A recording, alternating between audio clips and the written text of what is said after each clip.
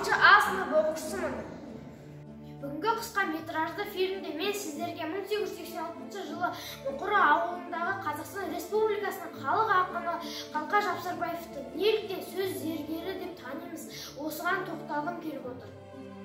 Әдебиетінде сыншыл арнауды көтерген хакім Абай болса, Қалқа Жапсарбаев өлеңдерінде сатира, юмор, сарказм бар.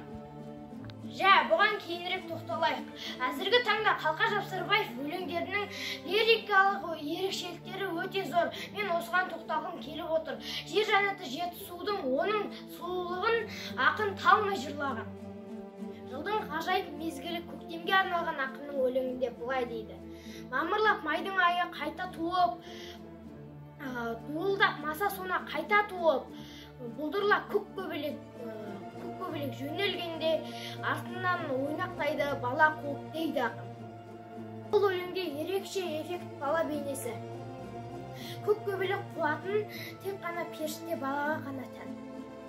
Ақынның көктем өлеңінде ұлы Абай стиліне еліктеу реминтенциясы бар. Жазғы тұры қалмайды қыстың сызы, масатыдай құлпырар жердің жүзі деп Абай атамыз айтса, Қалқа атамыз мамырлар сол уақытта оймен қыры құлпырар масатыдай жердің сұры дейді емес пе?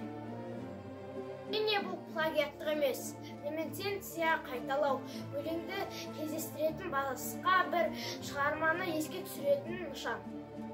Өлеңдердің тақырыбы әралуан: ел тарихы, ғылым саласы, әйел теңдігі, сонымен қатар әлеуметтік тарихи жазбаларды ақын қозғайды.